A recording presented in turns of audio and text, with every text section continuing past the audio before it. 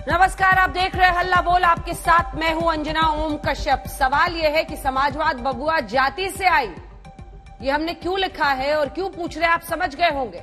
आपने सुना, दुनिया की दूसरी छोर से एक दलील लेकर आए हैं तेजस्वी यादव, जिसमें वो ये कह रहे हैं कि पेड़ पौधे, जानवर, पशु सबकी गिनती होती है तो जात पूछी जानी चाहिए। मशहूर कवि गोरख पांडे ने लिखा कि समाजवाद बबुआ धीरे धीरे आई, हाथी से आई, घोड़ा से आई, नोटवा से आई, बोटवा से आई, लेकिन जो सियासी हालात है उसमें कहा जा रहा है कि समाजवाद बबुआ जाति से आई। जाति जनगणना की मांग तेज होने लगी है, क्षेत्रीय पार्टियां लामबंद होने लगी है। आज बिहार की पार्टियों ने नीतीश की अगुवाई में पीएम मोदी से मुलाकात की, तो क्या ये कमंडल बना मंडल पार्ट 2 की तैयारी है? ये रिपोर्ट देखिए। फिर डॉक्टर संबित पात्रा, राष्ट्रीय प्रवक्ता भारतीय जनता पार्टी के, हमारे साथ चर्चा में शामिल होंगे। मृत्युंजय तिवारी होंगे आरजेडी की तरफ से। तमाम मेहमान अब इकट्ठा हो रहे हैं, लेकिन इससे पहले कि मेहमानों का परिचय कराएं, ये रिपोर्ट।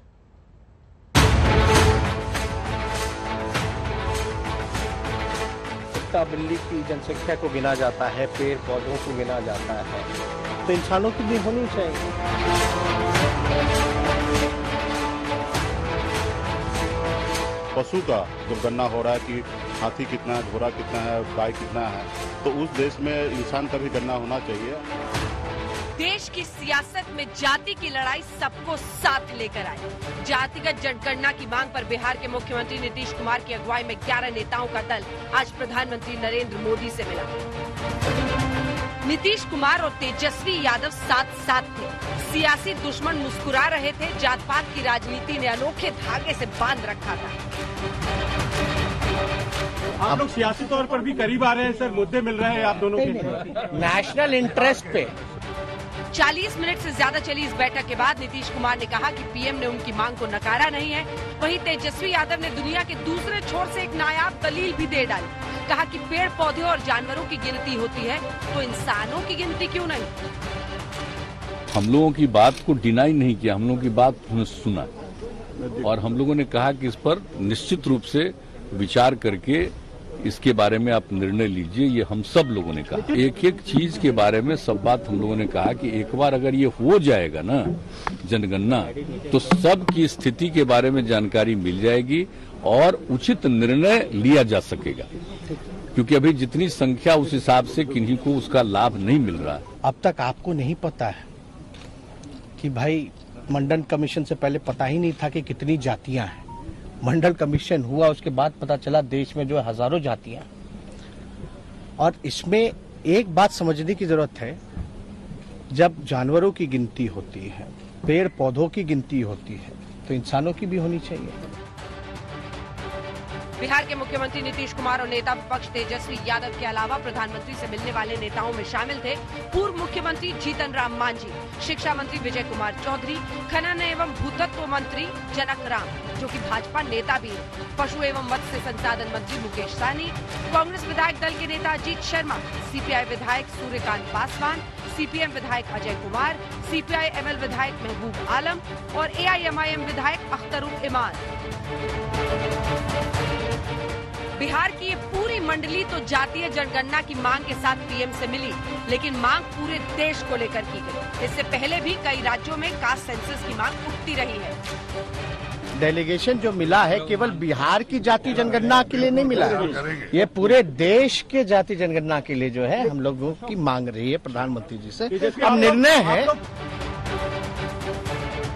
बिहार विधानसभा में 2 बार जातीय जनगणना का प्रस्ताव पारित हो चुका है। देश में आखिरी जातीय जनगणना 1931 में हुई थी। इससे पहले 10-10 साल में जातीय जनगणना होती रही है।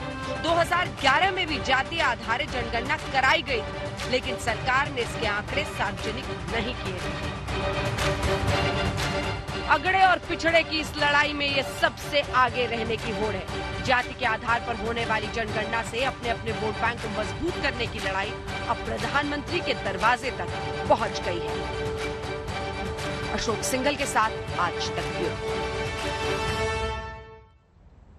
तो चर्चा की शुरुआत करें। डॉक्टर संबित पात्रा, राष्ट्रीय प्रवक्ता भारतीय जनता पार्टी के, हमारे साथ जुड़ गए हैं। हमारे साथ मृत्युंजय तिवारी, प्रवक्ता आरजेडी के, हमारे साथ अजय आलोक, नेता जेडीयू के जुड़ गए हैं। संगीत रागी, आरएसएस के जानकार जुड़ गए हैं। कौशलकांत मिश्रा, सामाजिक कार्यकर्ता जुड़ गए हैं। और राजीव राय हमारे साथ समाजवादी पार्टी से जुड़ गए हैं। लेकिन चर्चा से पहले डॉक्टर संबित पात्रा जवाब दीजिएगा। बोल रहे हैं तेजस्वी यादव कि अगर पौधों की, जानवरों की गिनती हो सकती है तो इंसानों की जाति की क्यों नहीं। लेकिन उससे पहले जरा आप दर्शकों को अपने समझा देते हैं, आखिर दो वजह है। एक तो जाति जनगणना की मांग क्यों हो रही है, तो नंबर 1 यह है कि ओबीसी आबादी का अभी तक ठीक ठाक पता नहीं चलता है, क्योंकि पिछली बार भी जब सेंसस हुआ था तो इस डेटा को रिलीज नहीं किया गया था। ओबीसी आरक्षण का ठोस आधार होगा। क्षेत्रीय पार्टियों को देखिए इससे बहुत फायदा होगा, इसीलिए आप देख रहे हैं चाहे वो अखिलेश यादव हो यूपी में, चाहे वो तेजस्वी हो, नीतीश कुमार हो, धुर विरोधी एक साथ हो गए हैं। ओबीसी की सामाजिक आर्थिक स्थिति पता चलेगी, ये कहना है इन लोगों का। नंबर 4 जो है, पिछड़े अति पिछड़ों के लिए नीतियां बनाने में मददगार साबित होगा ये आंकड़ा। आप जल्दी से आपको बता देते हैं कि जातिगत जनगणना से केंद्र को क्या डर है। क्षेत्रीय दल ताकतवर होंगे, क्योंकि फिर वो कहेंगे कि जो सेंटर वाले कॉलेजेस हैं, नौकरियां हैं, उसमें आरक्षण को बढ़ाइए, अनुपात में जो उनकी जनसंख्या है ओबीसी की, उस जनसंख्या में आप बढ़ाइए। क्षेत्रीय दलों को नया सियासी आधार मिलेगा, उनको बल मिलेगा। आरक्षण नाम के ढोल को और भी जोर जोर से पीटेंगे चुनावों के वक्त में। नौकरियों में ओबीसी कोटे में बदलाव की मांग होगी, और यही वो डर है जिसकी वजह से शायद बीजेपी, जो अभी तक ये मानती थी कि ओबीसी को अपनी तरफ पूरी तरह से करना मुश्किल है, लेकिन कई चुनाव में उन्होंने देखा है कि ओबीसी उनकी तरफ आ रहे हैं। तो ऐसे में ना भी नहीं, हां भी नहीं, ओबीसी वोटरों में बीजेपी की कमजोर पकड़। चलिए चर्चा की शुरुआत करते हैं। सही आंकड़ा आया तो बीजेपी को, उसको लगता है कि राज्यों में उसकी चुनौती बढ़ेगी। डॉक्टर समित पात्रा, सीधा मुझे लगता है तेजस्वी यादव के ही सवाल के जवाब से शुरुआत करते हैं। वो कह रहे हैं कि जब पेड़ पौधों की गिनती होती है तो जाति क्यों नहीं, कास्ट सेंसस क्यों नहीं? दीजिए जवाब। देखिए अंजना जी, बड़ा गंभीर विषय है, क्योंकि पूरा देश इस विषय को सुन रहा है। मैं चाहता हूं गंभीरता के साथ एक एक करके उत्तर दे दूं, आपके प्रश्न का भी उत्तर दूंगा। नंबर 1, ये जो विषय है ये द्वंद्व का विषय नहीं है, ये चर्चा का विषय है, और चर्चा चल रहा है। प्रधानमंत्री जी के दरबार तक, प्रधानमंत्री जी के ऑफिस तक ये विषय पहुंचा है। प्रधानमंत्री जी ने सभी पक्षों को सुना है, और स्वाभाविक रूप से जो भी निर्णय प्रधानमंत्री जी और सरकार लेंगी वो विषय हमारे सामने आएगा। इसलिए पार्टी प्रधानमंत्री या सरकार से पहले अपना निर्णय नहीं सुना सकती, नंबर 1। नंबर 2, टेक्निकली स्पीकिंग एक रोहिणी आयोग अक्टूबर 2017 में बनाया गया था। देखिए कितनी ओबीसीयां हैं, उसकी उपजातियां क्या है, उसका श्रेणीकरण किस प्रकार से होगा, क्या पूर्व की त्रुटियां रही हैं, इन त्रुटियों को किस प्रकार से दूर करना है, इन सब विषयों को लेकर रोहिणी कमीशन का गठन किया गया था। और ये रोहिणी कमीशन जुलाई 2021 तक था, किंतु कोरोना के कालक्रम के कारण उसको बढ़ा करके लगभग इस साल के अंत तक इसके समय को बढ़ाया गया है। तो हमें इंतजार करना चाहिए कि रोहिणी आयोग भी इस पे क्या कहती है। जो एक तकनीकी पुट होता है वह भी हमें मिलेगा। तीसरी बात है, एक रिट पिटीशन सुप्रीम कोर्ट में भी इस विषय को लेकर सुनवाई हो रही है, वो उसका नतीजा आना बाकी है। तो सुप्रीम कोर्ट सर्वोच्च न्यायालय है, वह भी हमें सुनना चाहिए। बहरहाल जहां तक ये जो प्रश्न था कि अगर जानवरों को भी गिना जा सकता है तो ओबीसी जातियों को क्यों नहीं, मैं एक निवेदन करूंगा, इस पे चर्चा जरूर करिए, मगर ये उदाहरण ठीक नहीं है। औपनिवेशिक काल में जो वेस्टर्न कंट्रीज थे वहां मनुष्यों की गिनती होती थी, जानवरों की तरह गिनती होती थी, मगर ये केवल स्लेव्स की होती थी। इसलिए मैं केवल हाथ जोड़ के निवेदन करूंगा, ये कोई आक्षेप नहीं है कि ओबीसी का कंपैरिजन जानवरों के साथ करना, कि जानवरों की गिनती होती है तो ओबीसी की भी हो सकती है, ये उदाहरण उचित नहीं है। आप बिल्कुल टेक्निकली जो कहना चाहते हैं जरूर कहें, मगर जानवर के साथ किसी भी वर्ग विशेष को कंपेयर करना, पेड़ पौधों के साथ कंपेयर करना, मैं एक उदाहरण देके बता रहा हूं। आपने जानवरों की सेंसस ली, उसमें अगर कोई जानवर छूट भी जाता है, जानवर इस विषय को लेकर आतंकित नहीं होता है, ना ही वो क्रांति करता है। हाँ। मगर आप अगर बिना त्रुटियों को सुधारे गिनती कर लेंगे, हाँ, और उसमें त्रुटि रह जाएगी बिना रोहिणी आयोग के कमीशन के रिपोर्ट के, तो आप बताइए क्या ये क्षम्य होगा या अक्षम्य होगा?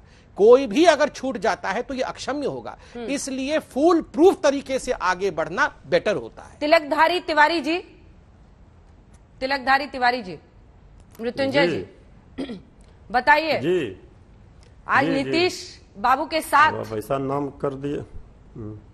तिलकधारी आप हैं इसलिए दिख रहा है, इसलिए वही बोला बस। मुझे ये बताइए कि ये जो एक साथ आए हैं, हालांकि वहां पर सवाल संबित पात्रा जी का खाली अधिकार थोड़े। हाँ नहीं आपका है, और आपका इसीलिए मैंने बोला अच्छा है। मैं जो पूछ रही हूँ उस पर अब आते हैं सर।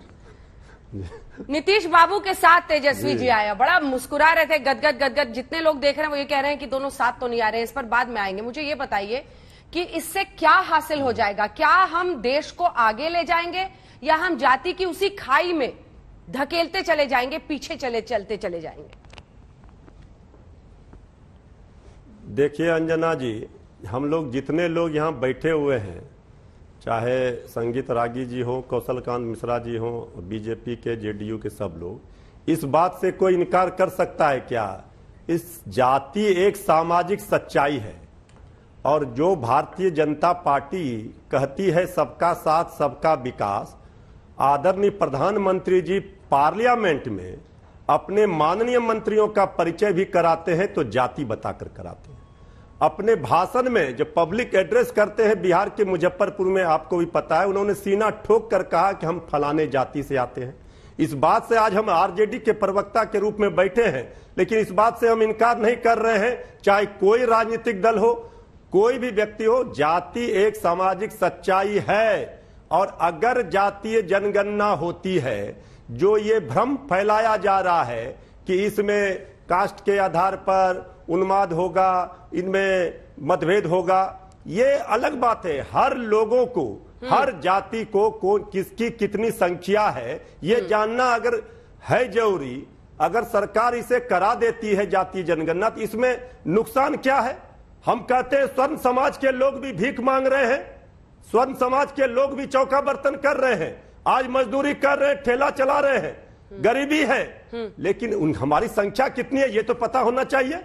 जो पिछले समाज के लोग हैं, जो समाज के अंतिम पंक्ति में बैठे व्यक्ति हैं, देखिए जब सरकारी योजनाओं का लाभ समाज के अंतिम पंक्ति में बैठे हुए व्यक्ति तक मिलेगा, वो वंचित समाज तक पहुंचेगा, जो बजट में प्रावधान होगा उसका हिस्सा उनको मिलेगा, इसमें बुराई क्या है? आदरणीय नीतीश कुमार जी भी सहमत हैं इस बात से, बीजेपी के कई घटक दल सहमत हैं, बीजेपी में भी दो फाड़ है, गोपीनाथ मुंडे जी ने भी इस पर अपनी सहमति जताई थी। आज भी कई बीजेपी के नेता इस बात से सहमत हैं कि जातीय जनगणना होनी चाहिए। लेकिन अगर आप बीजेपी जातीय जनगणना से भाग रही है तो बीजेपी के नियत में खोट है, कुछ ना कुछ दाल में काला है, इसलिए वो भाग रही है, अपने सहयोगियों को ही नहीं समझा पा रही है। आपके भी नेता गए थे पीएम से मिलने, तो स्टेट वाले नेता तो कह रहे हैं उनको चाहिए कास्ट सेंसस। देखिए अंजना, यही तो हम अब पूछ रहे हैं संबित जी से, पूछो जल्दी से। हाँ अंजना जी, ये मेरे सह तिवारी जी, जी। देखिए अंजना जी, मैंने तो कहा कि इसीलिए ये द्वंद्व का विषय नहीं है, ये चर्चा का विषय है और आज एक सार्थक चर्चा होनी चाहिए। मैं दो छोटी छोटी बातें कह के अपनी बात को समाप्त करता हूं। बिल्कुल सही बात है, प्रधानमंत्री जी गर्व से कहते हैं कि हाँ हमने 27 ओबीसीओं को मंत्री बनाया, हाँ हमने 12 एससी को मंत्री बनाया, हमने 8 एसटी को मंत्री बनाया, 11 महिलाओं को मंत्री बनाया, इसमें कोई छुपाने वाली बात नहीं है। दूसरी बात, हमने 27% रिजर्वेशन नीट के एग्जामिनेशन में ओबीसी के लिए पहली बार दिया है। 10% सवर्णों में से जो इकोनॉमिकली बैकवर्ड है उनके लिए भी मेडिकल में रिजर्वेशन दिया है। मगर एक बड़ी बात, पार्लियामेंट में चर्चा के समय 2010 में, अंजना जी ये सबके लिए सुनने योग्य है, 2010 में यह प्रश्न पहली बार नहीं उठा कि जातिगत जनगणना होना चाहिए।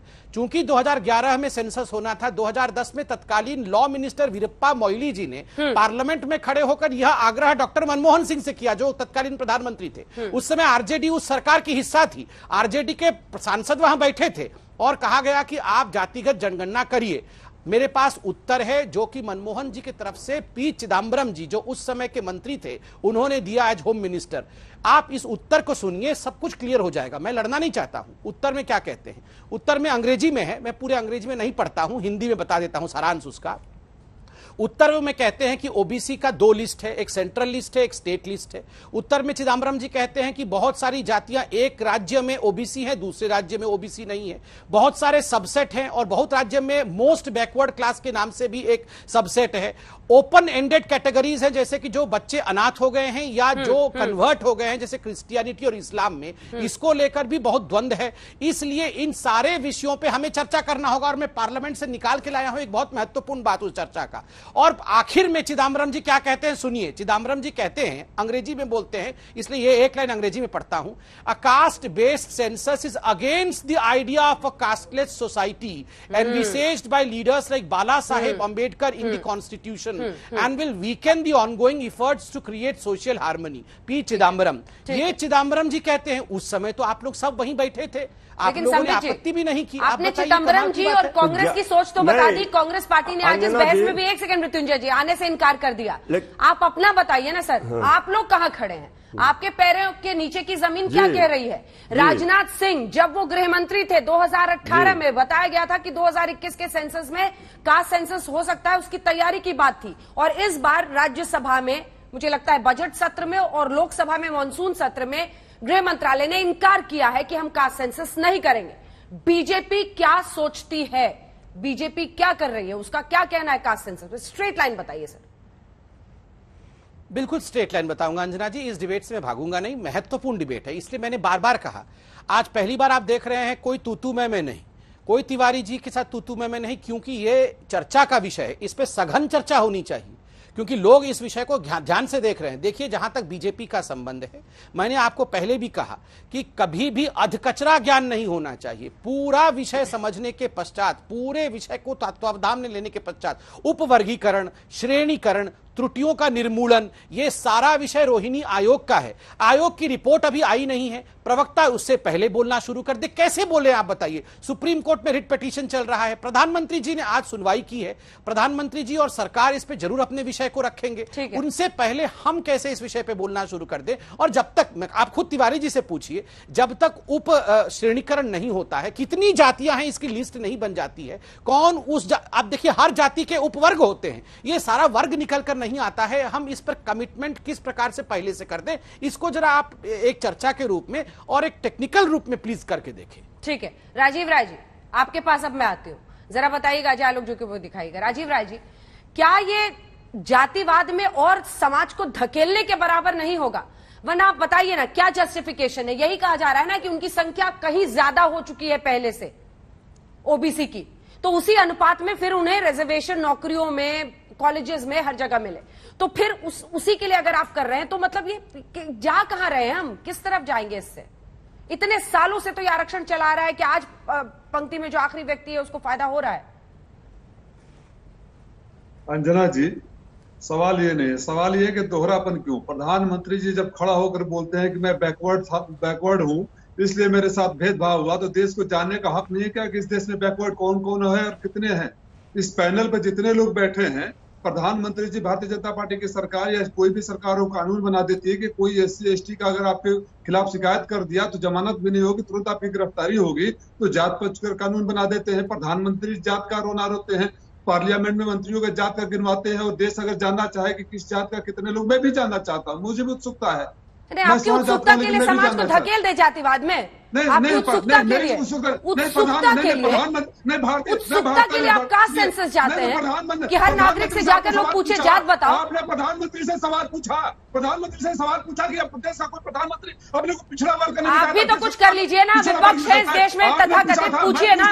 नहीं, और आप नहीं बताते हैं क्या? आप नहीं बताते हैं क्या? तमाम राजनीतिक पार्टियों ने जाति को गिरवी बना के रखा है, सियासत का जरिया बना कर रखा है। सवाल करती है, चिल्लाइए मत, चिल्लाइए मत, खूब सवाल करते हैं और आपको सर्टिफिकेट ना देने की ना लेने की जरूरत है। बहस में बैठना है तो आप सवाल का जवाब दीजिए, और अगर सवाल पूछने में आए हैं तो आप चले जाइए कहीं और। अगले मेहमान को दिखाइए।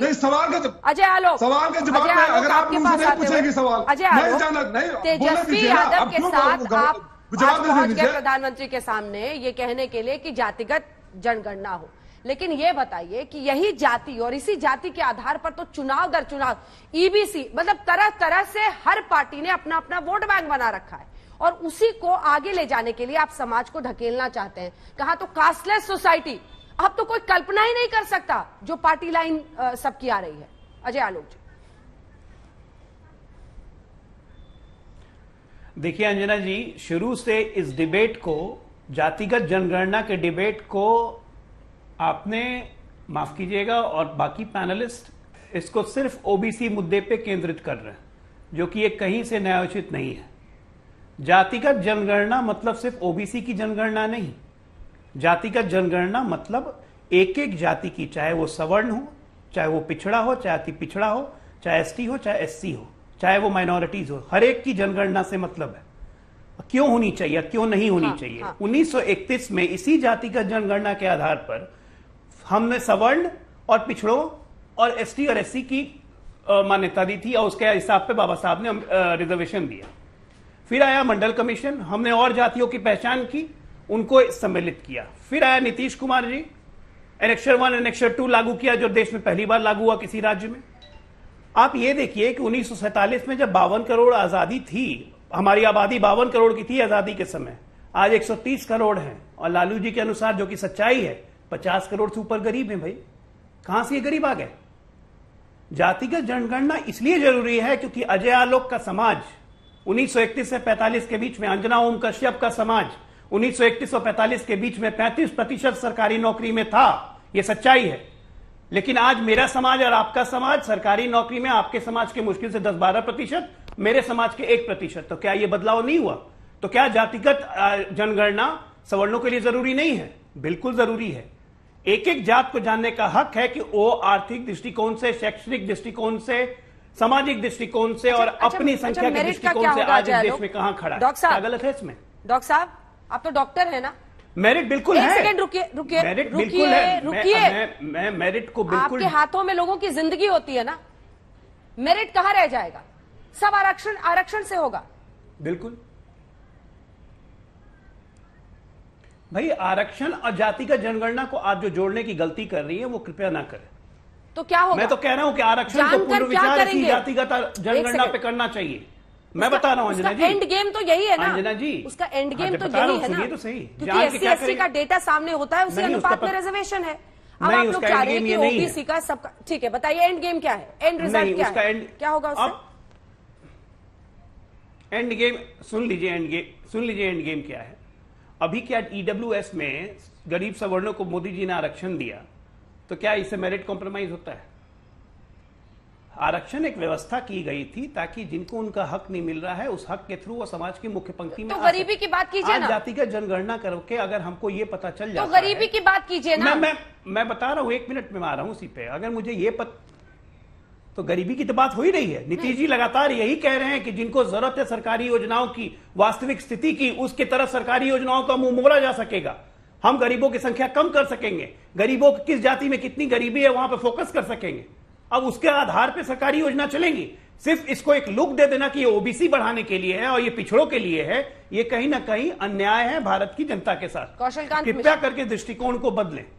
आज हमारा मुख्य मुद्दा यह है कि जातिगत जनगणना सबके लिए आवश्यक है। क्या बुरा है जाति जनगणना में?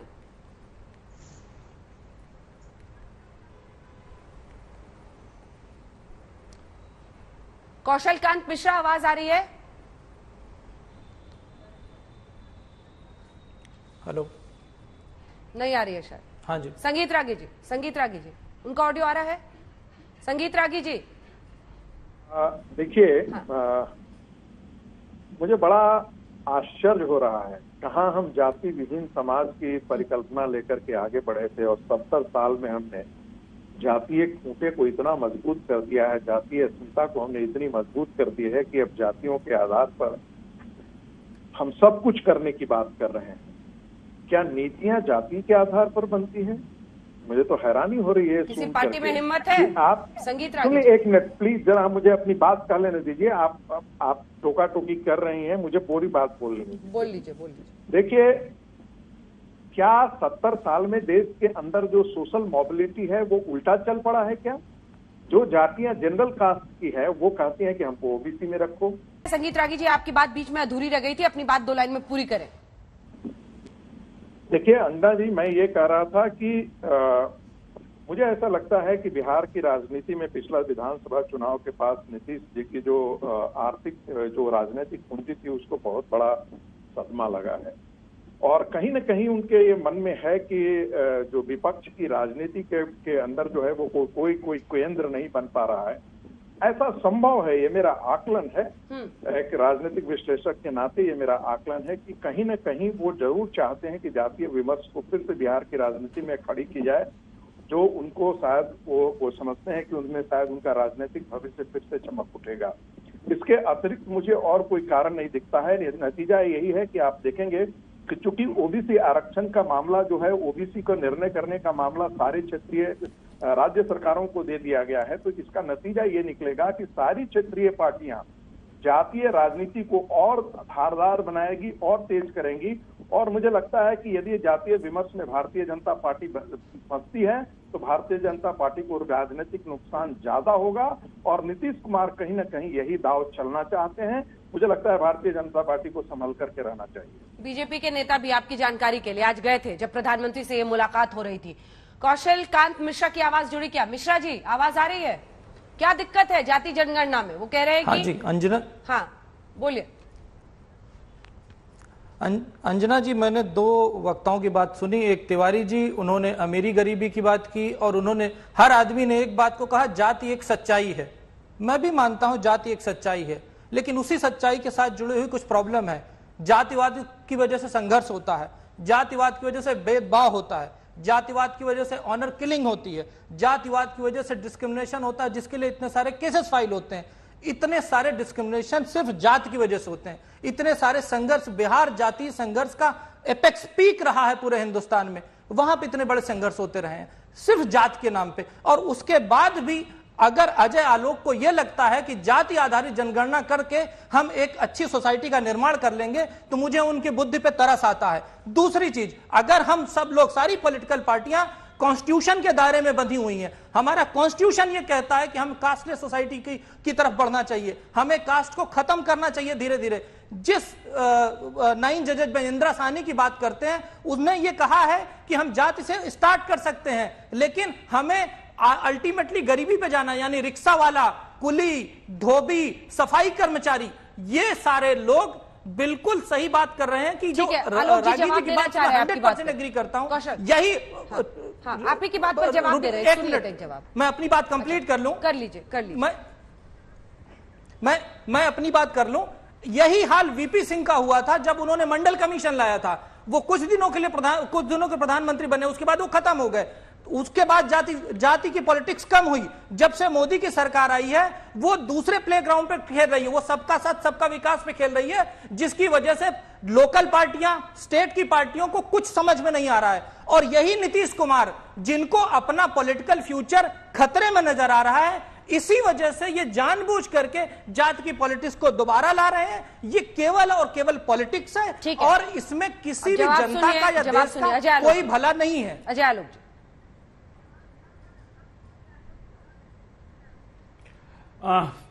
अंजना जी, सबसे पहले तो संगीत रागी जी और कौशल जी दोनों का एक विषय मैं क्लियर कर दूं, और मेरी बुद्धि पे तरस बाद में खाइएगा।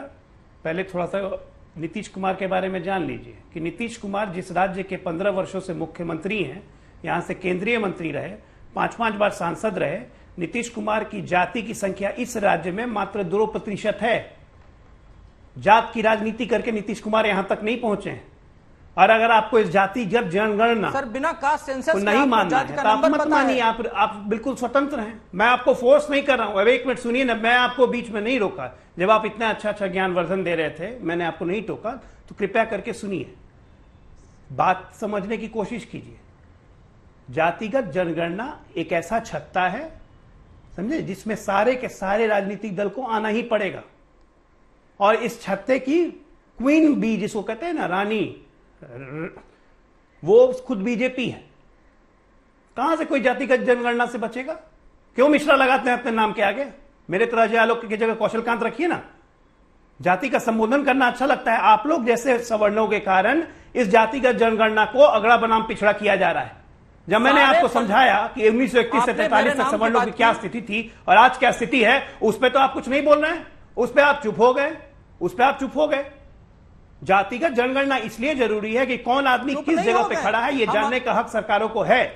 उसी के हिसाब से सरकार नीति बनाएगी। और संगीत रागी जी कहेंगे कि जाति के हिसाब से नीति बनेगी, ऐसा नहीं होगा तो फिर ST/SC क्यों बनाया आपने? संविधान से हटा दीजिए ST/SC को, उसके लिए क्यों नीति बनाते हैं? क्या कुछ भी जिसको मन आ रहा है बोले जा रहा है? माइनॉरिटीज क्यों बनाए? हटा दीजिए। सीधे ह्यूमन बीइंग देखेंगे, ना धर्म देखेंगे, ना मजहब देखेंगे। किताबी बातें मत कीजिए, किताबी बातें मत कीजिए, प्रैक्टिकल ग्राउंड धरती पे रहिए।